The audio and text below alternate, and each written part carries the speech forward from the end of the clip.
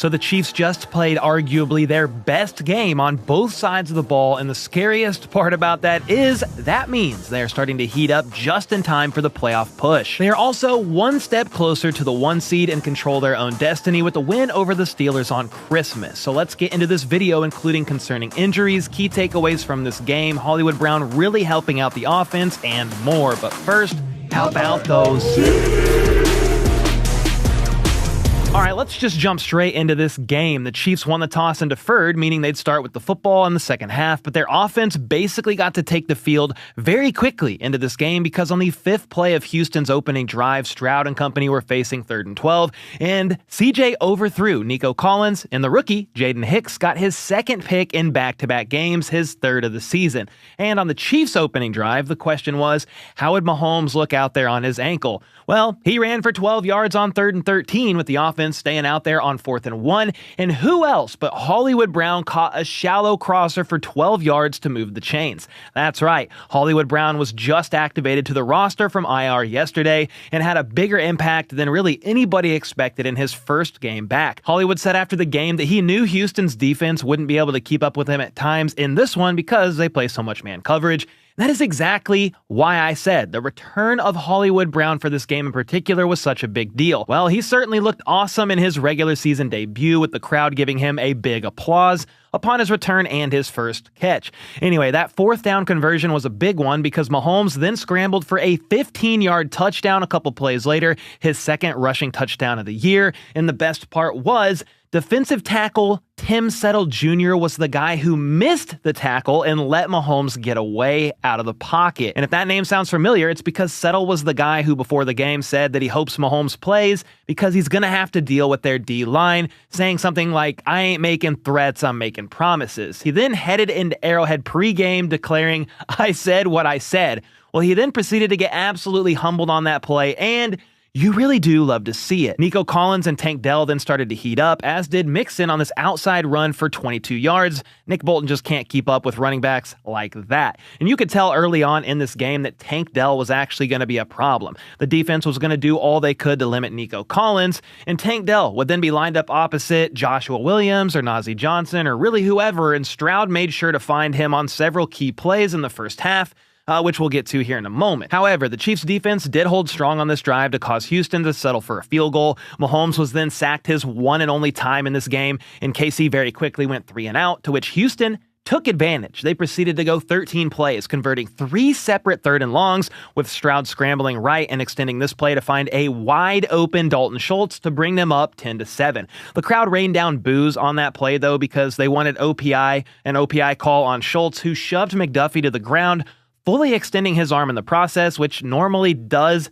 bring a offensive pass interference call forward. I also want to say this was Carl Cheffers and his crew. There was a couple pretty decent missed calls or calls that shouldn't have been called on both teams. So I do want to get that out of the way and acknowledge that the Chiefs benefited from a couple, but so did the Texans. If you go online, though, only the Chiefs benefited from those calls. No ifs, ands, or buts about it, those little cry asses. Anyway, KC then matched that drive, going 13 plays themselves and converting 4 3rd downs, including this 14-yarder to Kelsey on 3rd and 10 for 14. Worthy then helped bring him up near the goal line on 3rd and 6, and Kareem Hunt finished the job, plowing through for their 2nd score of the day. Tank Dell then caught several more passes before Stroud got picked off again, this time on 3rd and 20. The pocket collapsed, and Stroud tried to force one to Collins, and Trent McDuffie, of all people, picked him off. This is significant because just last week, McDuffie got his first ever career NFL interception, and he got his 2nd one in the very next game. So with under a minute to go in the half, Casey was able to move down far enough to kick a field goal thanks to a huge 36-yard catch and run by Samaje Perine. Well, that made it 17-10 at the half, Chiefs up by a tutty, and we got to get into this crazy second half, including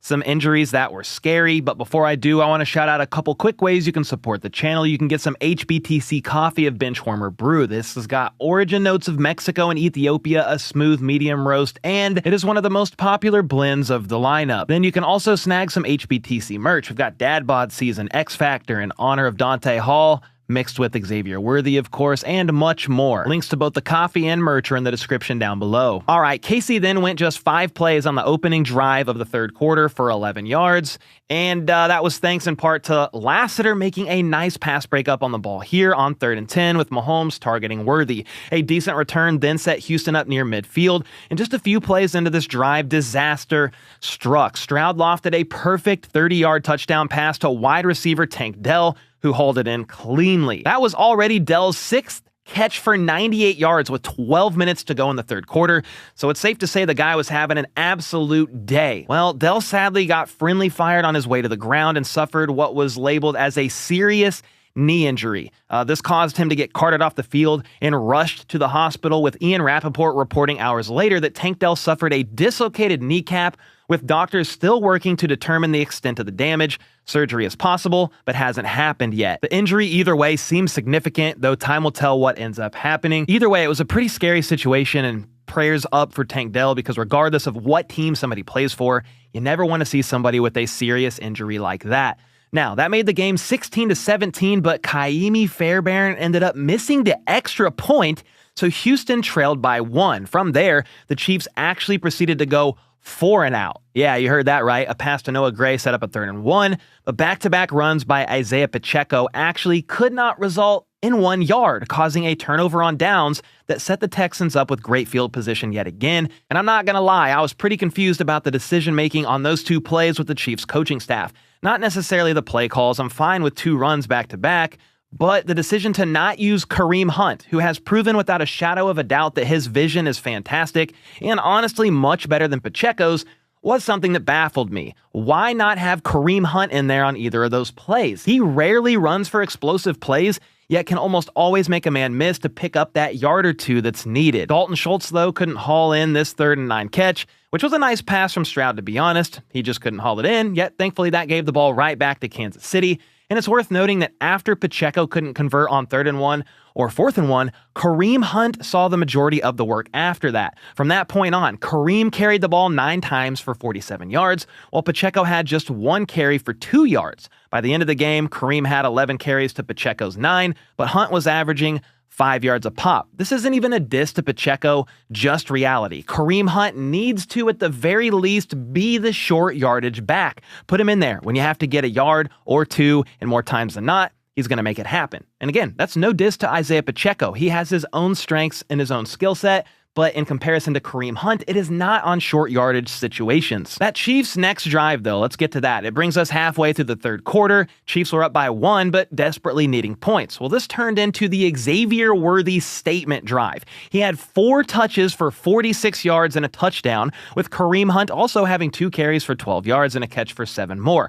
Worthy has been heating up, with this now being his 6th game in a row of at least 4 catches for over 40 yards. He's clearly becoming more comfortable in this offense, building that rapport with Mahomes, better reading coverage on the fly, and honestly, the return of Hollywood Brown further helped Worthy out even more. After this drive by KC, though, it's worth noting that right tackle Jawan Taylor was surprisingly listed as questionable to return with a knee injury, and Wanye Morris ended up finishing out the game as the right tackle. He played pretty decent, all things considered, but man, I hope Jawan Taylor is all right, because DJ Humphries is looking to come back here sooner rather than later, maybe for Christmas, and I was really hoping to see Jawan Taylor on the right side, Trey Smith, Creed Humphrey, Joe Tooney back at the left guard spot, and DJ Humphries. Andy Reid said after the game that Taylor had a knee strain. That's what he called it, but hopefully they just held him out as a precaution. Taylor has been on the injury report for weeks now with his knee listed, and in a perfect world, it's just a minor aggravation of that same knee.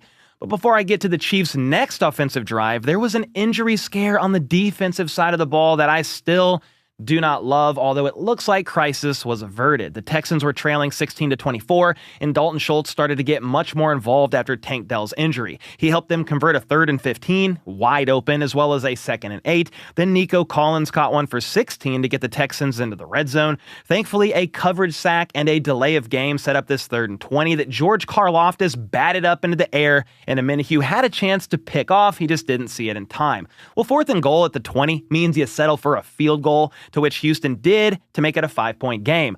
On that 3rd down play, though, Chris Jones hit C.J. Stroud as he threw, was slow to get up, and grabbed at his calf with the Chiefs medical staff coming out there and taking a look. Thankfully, Jones was able to walk off on his own power, but with 12 minutes to go in the fourth quarter, he never returned to the game. Andy Reid said after the game that Chris Jones has a calf strain, and it is not an argument here. By far, Chris Jones is the most important player on the defense, and they do not function the same without him. Of course, this means Christmas against the Steelers is up in the air as far as whether or not he will play because it's only 4 days away, but it looks like we did get some news on his MRI that I'll share here in a moment. But again, it looks like crisis or anything major was averted. After that Houston field goal, though, KC then matched them as far as plays on a drive. They went 14 plays of their own and took nearly 6.5 minutes off the clock. D-Hop had a great spin move on 3rd and 8 to move the chains. Kareem Hunt converted a short 3rd and 2, and D-Hop had another incredible grab up the left side for 15 yards,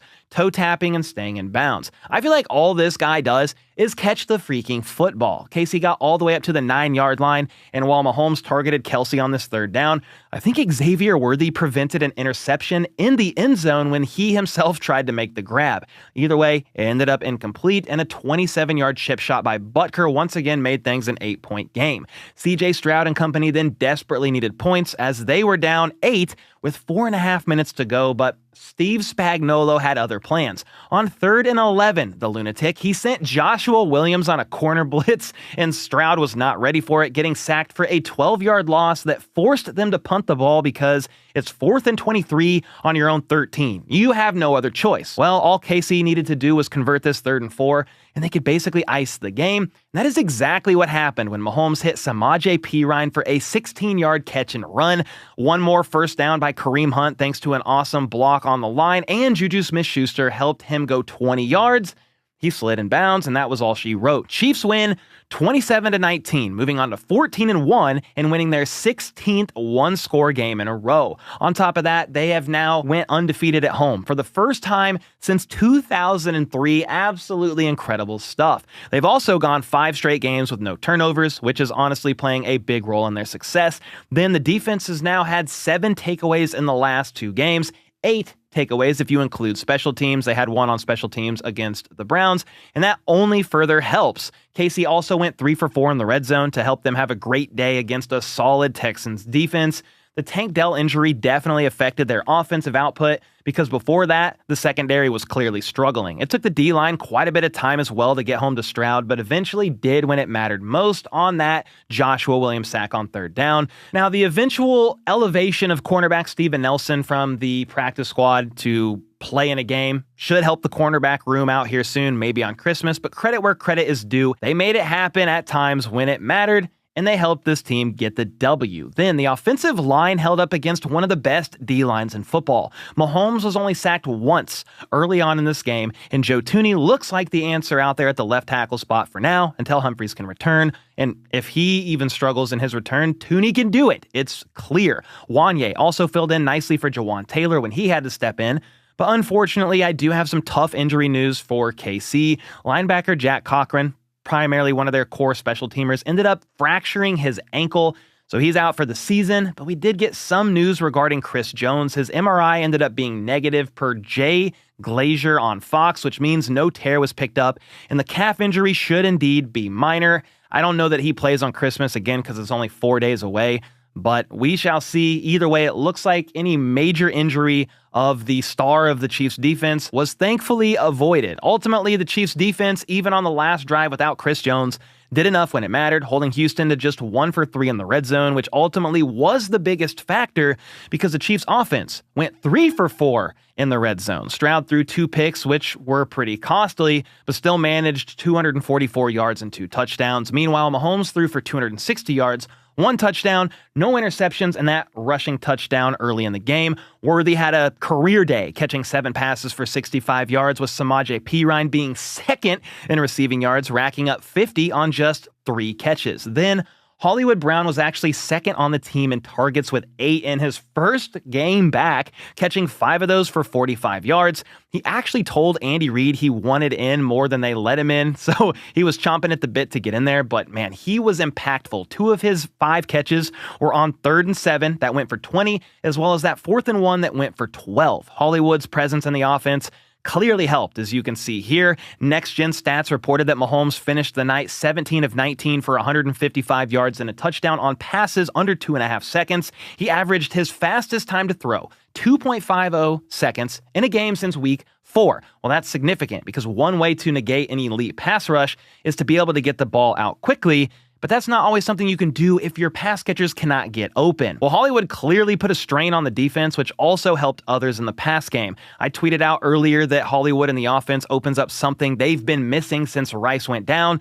and honestly, it was pretty freaking evident. That was an elite defense, yet if KC wanted to, they could have put up 30 or more on that final drive. Mahomes continues to be fantastic as well. Credit to him, especially on third down. He has a QBR of 89 on the season, which is second in the league, and over the last 7 years, he's never fallen outside of the top 3. So when it matters most, of course, Mahomes is him. Then in the last 8 games, Mahomes has thrown 15 touchdowns to just 2 interceptions. The second half of the season has been great for him. No interceptions in the last 5 games, and in this one, he threw 0 interceptions when up against a defense that's second best in the NFL in takeaways and also second best in the NFL in interceptions. So this is going to be a damn tough team to beat in the playoffs if the Chiefs can keep this progress up. In fact, Hayden Winks of Underdog echoed this, saying, "Hollywood moves the needle. Worthy is improving. Tooney can play left tackle. First round bye incoming, therefore Chiefs equal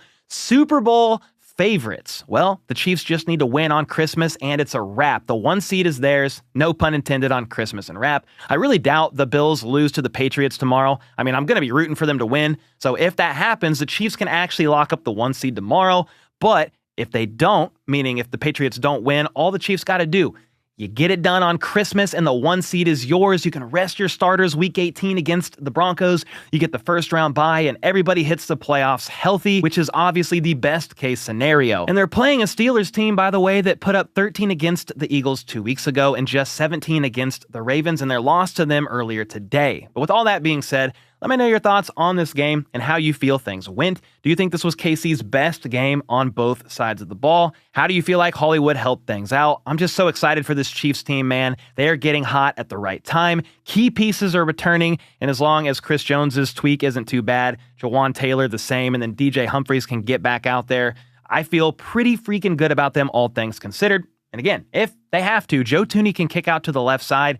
It is evident this was a great win against a up and down Texans team, but their defense was absolutely lights out all season long, and I am very impressed and happy with this Chiefs win. But let me know your thoughts on all that in the comments down below, and until next time, let's go.